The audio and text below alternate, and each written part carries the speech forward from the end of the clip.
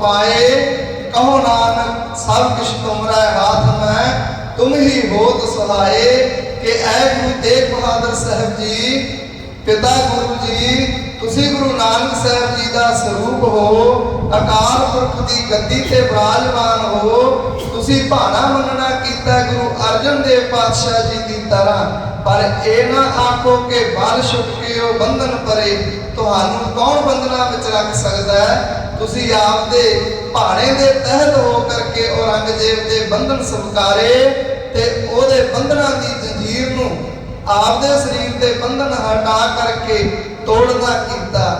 ते इसे तरह ही होया साध संगत जीओ। औरंगजेब आपदियां शर्तां दा पक्का सी। जदों सतगुरु जी शहीद होए, फिर उसने ये जेड़े हिंदू लोग सन, जनेऊ धारी लोग सन, जिन्हां दे सवा मन जनेऊ हर रोज प्रतिदिन औरंगजेब उतारदा सी ते फिर भोजन छकदा सी ते ओ उसने बंद कर दिते। होर जुल्म करने आरंभ कर दिते। जुल्म उसने बंद नहीं कीते। सो सतगुरु साहब सच्चे पातशाह जी की बाणी जिहड़ी है ये आनंदपुर साहब आउणा कीती। ते सतगुरु साहब सच्चे पातशाह जी, धन श्री गुरु गोबिंद सिंह जी, प्यारी साध संगत जीओ, जिस समय जंग युद्ध लड़ते हुए आप सर्वत संगता जानते हो कि गुरु ग्रंथ साहब जी की जेड़ी सतगुरु साहब जी की अज के दिन स्थापना हुई। श्री हरमंदिर साहब जी पहला प्रकाश किया गुरु अर्जन देव जी ने। सतगुरु साहब जी ने श्री गुरु ग्रंथ साहब जी का स्वरूप रामसर सरोवर के किनारे तो बाबा बुढ़ा जी के शीश से दे करके आप हाथ विच चौर लै करके संगतां दे सहत शब्द चौंकी गाउंदे हुए परिक्रमा करते हुए हरमंदिर साहब आए। ते उथे पीड़ा साहिब पलका साहिब विराजमान सी, विछाई कीती हुई सी। उस उत्ते श्री गुरु ग्रंथ साहब जी नूं प्रकाश कर दिता। भावें उस समय गुरु शब्द नहीं सी लग्या, गुरु ग्रंथ साहब जी नूं ग्रंथ साहिब कहते सन जां पोथी कहते सन। पोथी परमेश्वर का थान, ते इस तरह पोथी साहिब दा, ग्रंथ साहिब दा सन्मान साहिब गुरु अर्जन देव जी ने श्री हरमंदिर साहिब 1604 ईस्वी नूं अज दे दिन पहला प्रकाश करवाया। उथे प्रकाश करके बाबा बुढ़ा जी नूं आखिया सतगुरु साहब जी ने कि हुण तुसी हुक्मनामा लेना करो, श्री मुख वाक लो सतगुरां दा। ते बाबा बुढ़ा जी ने खोलो ग्रंथ लेवो आवाज सुना है सब पंथ, ते सारियां संगतां नूं सतगुरां ने सुनाया। जदों बाबा बुढ़ा जी ने वाक लिया तो पहला वाक गुरु ग्रंथ साहब जी का आया सी। पंजवें पातशाह जी की बाणी विचों संतां के कारज आप खलोआ, हर काम करावन आया राम। धरत सुहावी ताल सुहावा विच अमृत जल छाया राम। ये पावन आवाज जिहड़ी है, पावन मुख वाक गुरु ग्रंथ साहब जी विचों आउणा कीता। ते उस दिन सतगुरु जी ने शाम नूं कोठा साहिब, जिथे बाद में छेवें पातशाह जी ने अकाल तख्त की रचना की, अज भी श्री गुरु ग्रंथ साहब जी उसे कमरे विच, उसे ब्रह्म कोठे विच सुखासन कीते जाते हैं। शाम नूं रहरास साहब के समय तो उपरंत जिथे पहले दिन श्री गुरु अर्जन देव जी ने शामां दे समय रहरास जी की समाप्ति तो उपरंत जिस तरह स्वरूप नूं लै करके हरमंदिर साहिब आए सन, सारा दिन शब्द चौंकी करन तो उपरंत संगतां सतगुरु साहब जी का आनंद मानन तो उपरंत गुरु साहब जी ने बाबा बुढ़ा जी के शीश ते दे करके आप हाथ विच चौर लैके उस पलके ते जाके सुख आसन कीते जिथे सतगुरु जी आप सोया करते सन। राती का विश्राम आप करते सन। उस पलंगे ते जाके उस दिन तो गुरु ग्रंथ साहिब जी नूं सुख हासिल कर दिता ते आप सच्चे पातशाह जी एक चिट्टे रंग की चादर सतगुरां दे पलंगे दे पैरां विच थल्ले विछा करके उस उत्ते आप विराजिया करते सन। सिखा ने उस वक्त भी गुरु साहब नूं आख्या सी कि सतगुरु जी तुसी गुरगद्दी ते मालिक हो, तुसी गुरता गद्दी ते सुशोभित हो, तुहानू थल्ले बैठना शोभा नहीं पाउंदा। सतगुरु जी कहंदे ए असी गुरता गद्दी ते हाँ पर ए गुरुआं दे गुरु ने। असी गुरु ग्रंथ साहिब जी तो, गुरु नानक साहिब जी की बाणी तो, गुरु अंगद देव साहिब जी, गुरु अमरदास साहिब जी, गुरु रामदास साहिब जी अते आपदी बाणी तो, क्योंकि आपदे मुख तो उचारी इस करके आपदी है, पर बाणी ब्रह्म दी है, बाणी धुर दी है। धुर की बाणी आई तिन सगली चिंत मिटाई। गुरु साहिब जी दे कंठ द्वारा ये अकाल पुरख दी धुर दरगाह विचों सुते सिद्ध बाणी आई ते सतगुरु जी दर्ज कर दिया करते सन कलम दे नाल। ते गुरु नानक देव जी ने भ्रमण करके भगतां दी बाणी भी एकत्र कीती, जेड़ी गोइंदवाल साहिब तो श्री गुरु अर्जन देव जी नंगे पैर श्री अमृतसर तो चल के गए ते अपने मामा जी बाबा मोहन जी तो वो पोथियां लै करके अमृतसर आए ते भाई बन्नो जी नूं सेवा सौंपी। शाही आल तैयार करनी सियाने सिख सन भाई बन्नो जी, इसे करके भाई बन्नो जी वाली पीड़ भी आखते हैं। वो अजकल करतारपुर जिहड़ा जलंधर कोल है उत्थे धीर मलियां दे स्थान ते सुशोभित है वो बीड़ साहिब। उस बीड़ साहिब नूं सतगुरु जी ने फिर लिखना कीता जिहदे विच भगतां दी बाणी, स्वै आप दी बाणी, चार गुरुआं दी बाणी दर्ज करना कीती। ते फिर सतगुरु साहिब जी ने जदों सारा स्वरूप बीड़ साहिब तैयार हो गई तां फिर लिया के अमृतसर अज दे दिन स्थापना कीती सी, पहला प्रकाश कीता सी। पहली बार अज दे दिन गुरु ग्रंथ साहिब जी खुले सन, प्रकाश किए गए सन ते उन्हां दा श्री मुख वाक संगतां दे अज दे दिन सुरत विच आया सी।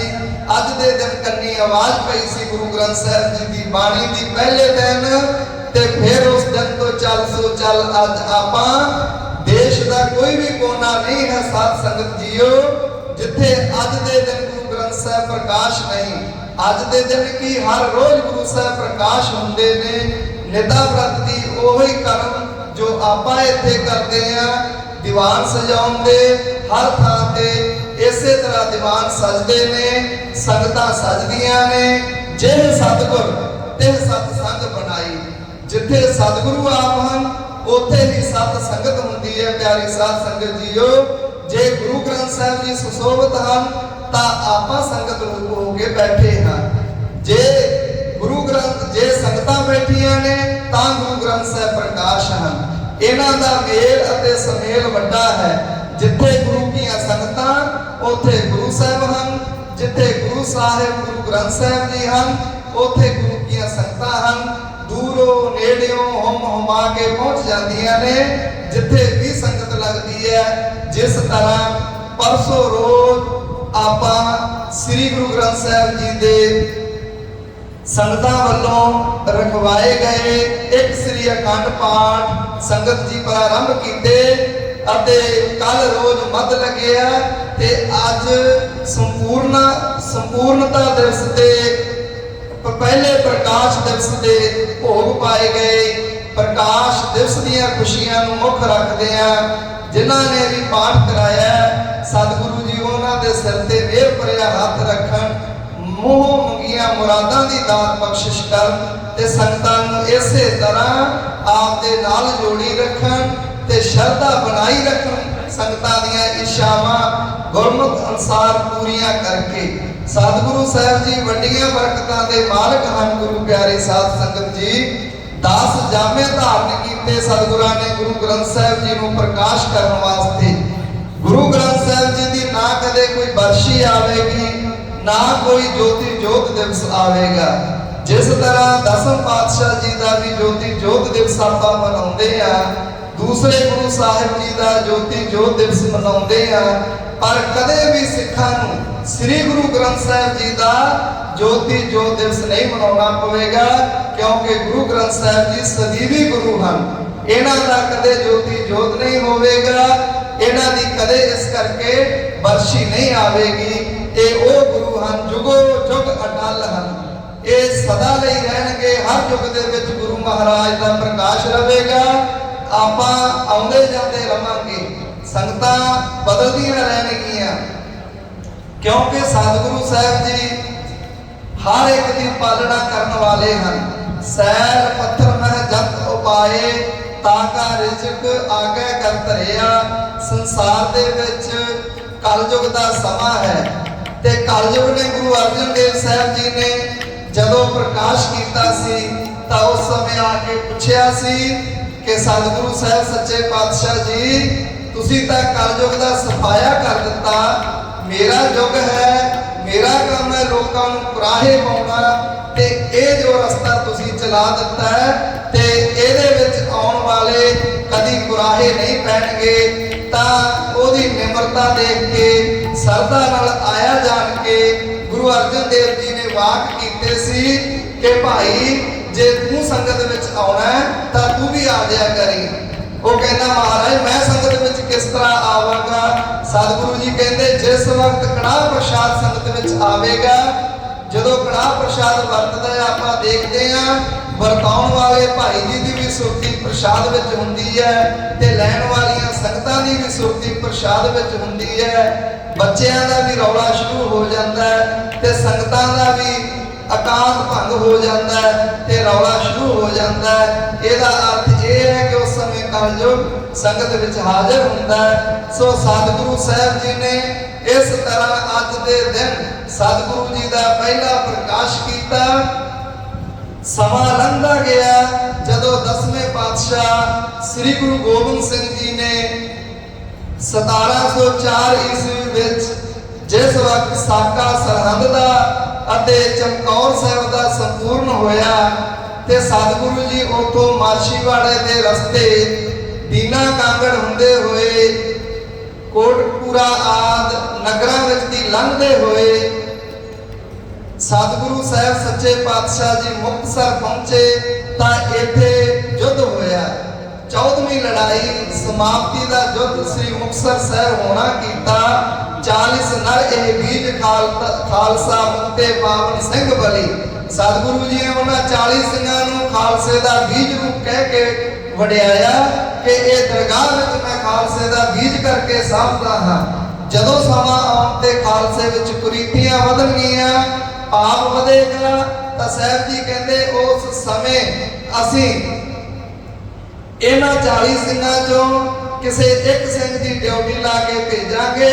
ਉਹ ਪੰਥ ਦੀ ਵਾਰ ਅਗਵਾਹੀ ਆਪਦੇ ਹੱਥ ਵਿੱਚ ਲਵੇਗਾ, ਫਿਰ ਮਰਜ਼ਾਦਾ ਵਿੱਚ ਚੱਲੇਗਾ। ਬੜਾ ਲੰਮਾ ਸਮਾਂ ਇਸ ਤਰ੍ਹਾਂ ਚੱਲੇਗਾ। ਜਦੋਂ ਫਿਰ ਕਲਯੁਗ ਦਾ ਪ੍ਰਭਾਵ ਵਧੇਗਾ, ਫਿਰ ਇਹਨਾਂ ਵਿੱਚੋਂ ਕੋਈ ਸਿੱਖ ਆਵੇਗਾ ਤੇ ਉਹ ਸਾਰੀ ਸੰਗਤ ਨੂੰ ਰਸਤਾ ਵਿਖਾਵੇਗਾ। ਸੋ ਇਸ ਤਰ੍ਹਾਂ ਉਹ 40 ਸਿੰਘ ਦਰਗਾਹ ਵਿੱਚ ਸਤਿਗੁਰਾਂ ਨੇ ਬੀਜ ਸਾਂਭਿਆ ਤੇ ਉੱਥੋਂ ਹੁੰਦੇ ਹੋਏ ਬਠਿੰਡਾ ਲੱਖੀ ਜੰਗਲ ਨਗਰਾਂ ਨੂੰ ਲੰਘਦੇ ਹੋਏ ਸਾਬੋ ਕੀ ਤਲਵੰਡੀ ਜਿੱਥੇ ਚੌਧਰੀ ਡੱਲੇ ਦਾ ਰਾਜ ਸੀ ਉੱਥੇ ਪਹੁੰਚਣਾ ਕੀਤੇ। ਹਮ ਹੈ ਕੌਮ ਬੈਰਾੜ ਹੁਕਮੈ ਮਰਾਸ, ਬਰਾੜਾ ਦਾ ਇਲਾਕਾ ਸੀ ਤੇ ਬਾਬਾ ਜੀ ਸਤਿਗੁਰੂ ਗੁਰੂ ਗੋਬਿੰਦ ਸਿੰਘ ਜੀ ਉੱਥੇ ਪਹੁੰਚਣਾ ਕੀਤੇ ਤੇ ਕੁਝ ਸਮਾਂ ਵਿਸਰਾਮ ਕੀਤਾ ਤੇ ਬਾਬਾ ਦੀਪ ਸਿੰਘ ਜੀ ਨੂੰ 5 ਕੁ ਸਿੰਘ ਦੇ ਕਰਕੇ ਭੇਜਿਆ ਕਿ ਜਾਓ ਕਰਤਾਰਪੁਰ ਧੀਰ ਮਲੀਆਂ ਦੇ ਪਰਿਵਾਰ ਕੋਲ ਤੇ ਉਹਨਾਂ ਤੋਂ ਗੁਰੂ ਅਰਜਨ ਦੇਵ ਜੀ ਵਾਲੀ ਜਿਹੜੀ ਭਾਈ ਬੰਨੋ ਵਾਲੀ ਬੀੜ ਆ ਉਹ ਲੈ ਕਰਕੇ ਆਓ।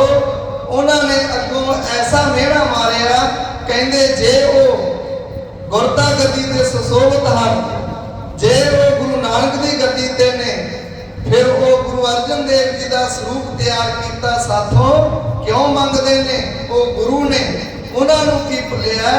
ਜੇ ਉਹ ਗੁਰੂ ਨੇ ਆਪ ਲਿਖ ਲੈਣ ਬਾਣੀ। ਇਹ ਉੱਤਰ ਸੁਣ ਕੇ ਗੁਰੂ ਗੋਬਿੰਦ ਸਿੰਘ ਸਾਹਿਬ ਜੀ ਨੇ ਉਸੇ ਵਕਤ ਤਿਆਰੀ ਕੀਤੀ।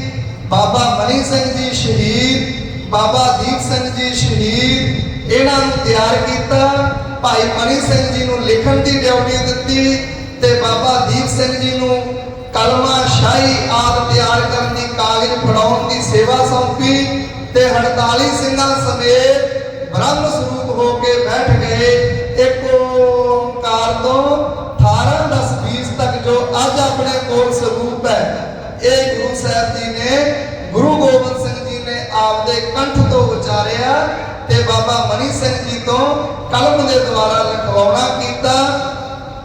ਤੇ ਸਤਿਗੁਰੂ ਸਾਹਿਬ ਸੱਚੇ ਪਾਤਸ਼ਾਹ ਜੀ ਨੇ ਦੂਸਰਾ ਦਿਹਾੜਾ ਜਿਹੜਾ ਆਪਾਂ ਮਨਾਉਂਦੇ ਆ, ਗੁਰੂ ਗ੍ਰੰਥ ਸਾਹਿਬ ਜੀ ਦਾ ਸਥਾਪਨਾ ਦਿਵਸ, ਉਹ ਪੂਰਨ ਕਰ ਦਿੱਤਾ।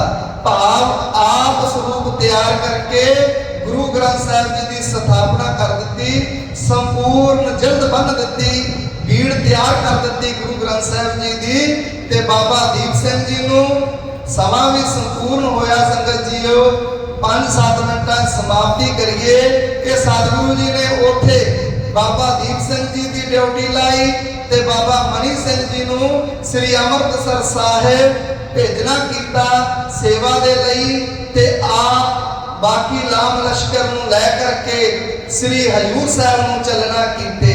ਭਾਵੇਂ ਸੱਚਖੰਡ ਸ੍ਰੀ ਹਜੂਰ ਸਾਹਿਬ ਤੱਕ ਬਾਬਾ ਮਨੀ ਸਿੰਘ ਬਾਬਾ ਦੀਪ ਸਿੰਘ ਜੀ ਨਾਲ ਗਏ ਸਨ, ਉੱਥੋਂ ਬਾਅਦ ਵਿੱਚ ਮੁੜ ਕੇ ਆਏ ਨੇ ਉਹ ਦਮਦਮਾ ਸਾਹਿਬ ਤੇ ਉਹ ਸ੍ਰੀ ਅੰਮ੍ਰਿਤਸਰ ਸਾਹਿਬ। ਇਸ ਤਰ੍ਹਾਂ ਉੱਥੇ ਪਹੁੰਚ ਕੇ ਸਤਿਗੁਰੂ ਜੀ ਨੇ ਫਿਰ ਕੌਤਕ ਜਿਹੜਾ ਬੰਦਾ ਬਹਾਦਰ ਦੇ ਡੇਰੇ ਤੇ ਵਰਤਿਆ, ਉਸ ਨਾਰਾਇਣ ਦਾਸ ਮਾਧੋ ਦਾਸ ਬਰਾਗੀ ਨੂੰ ਆਪ ਦਾ ਸਿੰਘ ਸਜਾ ਕੇ ਉਸ ਦਾ ਨਾਮ ਸਤਿਗੁਰੂ ਜੀ ਨੇ ਗੁਰਬਖਸ਼ ਸਿੰਘ ਰੱਖਿਆ ਤੇ ਬੰਦਾ ਸਿੰਘ ਬਹਾਦਰ ਦਾ ਖਿਤਾਬ ਦੇ ਕੇ ਉਹਨੂੰ ਖਾਲਸੇ ਦੇ ਨਾਲ ਪੰਜਾਬ ਤੋਰਿਆ। ਇਸ ਤਰ੍ਹਾਂ ਖਾਲਸੇ ਦੀ ਰਚਨਾ ਸੰਪੂਰਨ ਕਰ ਦਿੱਤੀ ਤੇ ਆਪ ਚਲ ਨਗਰ ਗੋਬਿੰਦ ਗੁਰੂ ਕਾ ਨਾਮ ਜਪਤ ਸੁਖ ਪਾਇਆ ਰਾਮ। ਉਸ ਅਬਚਲ ਨਗਰ ਤੇ ਆਪਦੇ ਪ੍ਰਾਤਨ ਸਥਾਨ ਤੇ ਪਹੁੰਚਣਾ ਕੀਤੇ ਤੇ ਉੱਥੇ ਸਤਿਗੁਰੂ ਸਾਹਿਬ ਜੀ ਨੇ ਇੱਕ ਦੀਵਾਨ ਸਜਾਇਆ ਜਿਸ ਵਿੱਚ ਸ੍ਰੀ ਗੁਰੂ ਗ੍ਰੰਥ ਸਾਹਿਬ ਜੀ ਨੂੰ ਗੁਰਤਾ ਗੱਦੀ ਦੇਣਾ ਕੀਤੀ। ਕਿਉਂਕਿ ਜਿਹੜਾ ਅਤੌਲ ਖਾਂ ਤੇ ਗੁਲ ਖਾਂ ਨੇ ਸਤਿਗੁਰਾਂ ਦੇ ਛੁਰਾ ਮਾਰਿਆ ਸੀ, ਖੰਜਰ ਮਾਰਿਆ ਸੀ, ਜਿਸ ਨੂੰ ਅੰਗਰੇਜ਼ ਡਾਕਟਰ ਦੀ ਸਹਾਇਤਾ ਨਾਲ ਜੋ ਬਹਾਦਰ ਸ਼ਾਹ ਨੇ ਭੇਜਿਆ ਸੀ ਸਿਉਂ ਦਿੱਤਾ ਸੀ। ਪਰ ਇੱਕ ਸਿੱਖ ਦੀ ਇਹ ਸਰਦਾ ਕਿ ਇਸ ਕਮਾਨ ਤੇ ਕੋਈ ਚਿੜਾ ਨਹੀਂ ਚੜਾ ਸਕਦਾ, ਜੇ ਚੜਾ ਸਕਦਾ ਤਾਂ ਗੁਰੂ ਗੋਬਿੰਦ ਸਿੰਘ ਜੀ ਚੜਾ ਸਕਦੇ ਨੇ, ਜੇ ਚੜਾ ਸਕਦੇ ਨੇ। ਇਹ ਵਚਨ ਜਦੋਂ ਆਇਆ ਕਿ ਜੇ ਚੜਾ ਸਕਦੇ ਨੇ ਤਾਂ ਸਤਿਗੁਰੂ ਜੀ ਨੇ ਉਹਦੀ ਸਰਦਾ ਪੂਰੀ ਕਰਨ ਵਾਸਤੇ, ਕੌਤਕ ਵਿਖਾਉਣ ਵਾਸਤੇ ਉਹ ਕਮਾਨ ਫੜਿਆ ਤੇ ਸਤਿਗੁਰਾਂ ਨੂੰ ਕੌਣ ਰੋਕ ਸਕਦਾ ਸੀ ਕਿ ਤੁਹਾਡਾ ਜ਼ਖਮ ਪਾਟ ਜਾਵੇਗਾ। ਸਭ ਜਾਣਦੇ ਸੀ ਕਿ ਕਮਾਨ ਨੂੰ ਖਿੱਚਣ ਨਾਲ ਜ਼ਖਮ ਜ਼ਰੂਰ ਪਾਟੇਗਾ, ਪਰ ਗੁਰੂ ਨੂੰ ਕੌਣ ਰੋਕੇ, ਕੌਣ ਕਹਿ ਸਕਦਾ ਸੀ। ਗੁਰੂ ਸਮਰੱਥ ਹੈ, ਇਸ ਕਰਕੇ ਸਤਿਗੁਰਾਂ ਨੇ ਕਮਾਨ ਨੂੰ ਮੋੜਿਆ ਤੇ ਉਸ ਉੱਤੇ ਚਿੜਾ ਚੜਾ ਦਿੱਤਾ ਤੇ ਆਪਦੇ ਪੱਥੇ ਚੋਂ ਤੀਰ ਕੱਢ ਕੇ ਚਲਾਉਣਾ ਕੀਤਾ ਉਸ ਕਮਾਨ ਦੇ ਨਾਲ। ਉਹ ਨਰਾਜ ਤੀਰ ਅੱਜ ਵੀ ਸ੍ਰੀ ਹਜੂਰ ਸਾਹਿਬ ਦਰਸ਼ਨ ਕਰਾਏ ਜਾਂਦੇ ਆ। ਲੋਹੇ ਦਾ ਤੀਰ ਹੈ ਜਿਹੜਾ ਸਤਿਗੁਰੂ ਜੀ ਨੇ ਚਲਾਇਆ ਸੀ। ਸੋ ਫਿਰ ਉੱਥੇ ਗੁਰੂ ਗ੍ਰੰਥ ਸਾਹਿਬ ਜੀ ਪ੍ਰਕਾਸ਼ ਕਰਕੇ ਆਪਦੇ ਗਾਤਰੇ ਦੀ ਤਲਵਾਰ ਕੱਢ ਕੇ ਸਤਿਗੁਰਾਂ ਨੇ ਮੂਹਰੇ ਰੱਖੀ। 5 ਪੈਸੇ ਨਾਰੀਅਲ ਸ੍ਰੀਫਲ ਗੁਰੂ ਸਾਹਿਬ ਦੇ ਅੱਗੇ ਰੱਖਿਆ ਤੇ ਆਪਦੇ ਸ੍ਰੀ ਹੱਥ ਕਮਲਾਂ ਦੇ ਨਾਲ ਗੁਰੂ ਗ੍ਰੰਥ ਸਾਹਿਬ ਜੀ ਨੂੰ ਗੁਰਤਾ ਗੱਦੀ ਦਾ ਤਿਲਕ ਜਿਸ ਤਰ੍ਹਾਂ ਆਪਾਂ ਮੱਥੇ ਤੇ ਲਾਉਂਦੇ ਆ, ਚੰਦਨ ਦੇ ਟਿੱਕੇ ਦੇ ਨਾਲ ਗੁਰੂ ਜੀ ਨੂੰ ਤਿਲਕ ਦੇ ਦਿੱਤਾ ਤੇ ਇਸ ਤਰ੍ਹਾਂ 5 ਪੈਸੇ ਨਾਰੀਅਲ ਰੱਖ ਕੇ ਜਦੋਂ ਚੰਦਨ ਦਾ, ਕਪੂਰ ਦਾ, ਕੇਸਰ ਦਾ ਤਿਲਕ ਲਾ ਕੇ ਸਤਿਗੁਰਾਂ ਨੇ ਗੁਰਤਾ ਗੱਦੀ ਦੇ ਕੇ ਆਪਣੀਆਂ ਸਾਰੀਆਂ ਸੰਗਤਾਂ ਦੇ ਤਾਈਂ ਆਖਿਆ। ਕੀ ਆਖਿਆ ਸੀ? ਆਗਿਆ ਭਈ ਅਕਾਲ ਕੀ ਤਬੀ ਚਲਾਇਓ ਪੰਥ, ਸਭ ਸਿੱਖਣ ਕੋ ਹੁਕਮ ਹੈ ਗੁਰੂ ਮਾਨਿਓ ਗ੍ਰੰਥ। ਗੁਰੂ ਗ੍ਰੰਥ ਜੀ ਮਾਨਿਓ ਪ੍ਰਗਟ ਗੁਰਾਂ ਕੀ ਦੇਹ, ਜੋ ਪ੍ਰਭ ਕੋ ਮਿਲਬੋ ਚਾਹੈ ਕੋਈ ਸ਼ਬਦ ਨ ਲੇਹ। ਰਾਜ ਕਰੇਗਾ ਖਾਲਸਾ ਆਕੀ ਰਹਿ ਨ ਕੋਏ, ਕੁਆਰ ਹੋਏ ਸਤ ਲਹਿੰਗੇ ਬਚੇ ਸਰਨ ਜੋ ਹੋਏ। ਜਿਹੜਾ ਐਸੇ ਸਤਿਗੁਰਾਂ ਦੀ ਸ਼ਰਨ ਵਿੱਚ ਆਵੇਗਾ ਉਹੋ ਹੀ ਕਲਯੁਗ ਦੀਆਂ ਤੱਤੀਆਂ ਭੇਟਾਂ ਤੋਂ ਬਚੇਗਾ। ਗੁਰੂ ਪਿਆਰੀ ਸਾਧ ਸੰਗਤ ਜੀਓ, ਇਸ ਤਰ੍ਹਾਂ ਸਤਿਗੁਰੂ ਜੀ ਨੇ ਗੁਰਤਾ ਗੱਦੀ ਸੌਂਪ ਦਿੱਤੀ। ਇਹ 3 ਦਿਹਾੜੇ ਸਤਿਗੁਰੂ ਜੀ ਨਾਲ संबंधित हैं। पहला दिहाड़ा, पहला प्रकाश दिवस जो गुरु अर्जन देव जी ने पहले दिन गुरु ग्रंथ साहिब जी को हरमंदिर साहिब प्रकाश किया, उसके प्रत्याए मनाते हैं। दूसरा दिवस स्थापना दिवस श्री लिखनसर साहिब गुरु कांसी दमदमा साहिब साबो की तलवंडी विखे 9 दिन 9 महीने 9 घड़ियां 9 पलों दे विच गुरु ग्रंथ साहिब जी का संपूर्ण स्वरूप जिस तो आपां पाठ करते हैं, क्योंकि जेड़े स्वरूप नूं सतगुरां ने प्रकाश किया सी करतारपुर वाली भीड़, उस विच 9वें पातशाह जी की बाणी नहीं है। सो इस तरह इस स्वरूप विच 9वें पातशाह की बाणी दर्ज करके गुरु गोबिंद सिंह साहिब सच्चे पातशाह जी ने गुरु ग्रंथ साहिब जी को गुरता गद्दी सौंप के 11वें गुरु थाप दिता। ते आप एक गुरु दे हुंदियां संगत जी दूसरा गुरु संसार ते नहीं रहा करता। जिस समय अटल राय जी जो 6वें पातशाह के पुत्र सन, उन्होंने आपदे मित्र नूं कुंडी ला के खड़िया कर लिया सी ना कि मोहन तू साडी दाई दे खेडदे आ, कहंदे कल नूं बाकी खेड खेडांगे।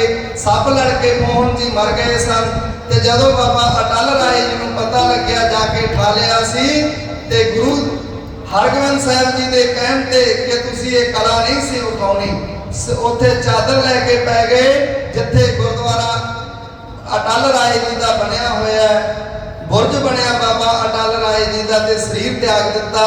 सो इस तरह गुरु ग्रंथ साहिब जी को प्रकाश करके गुरता गद्दी सौंप के गुरु साहिब जी ने जिथे तख्त सचखंड श्री हजूर अबचल नगर साहिब सजया होया उथे आप दी देह आलोप कर लई ते आप अभेद हो गए खालसे दे विच।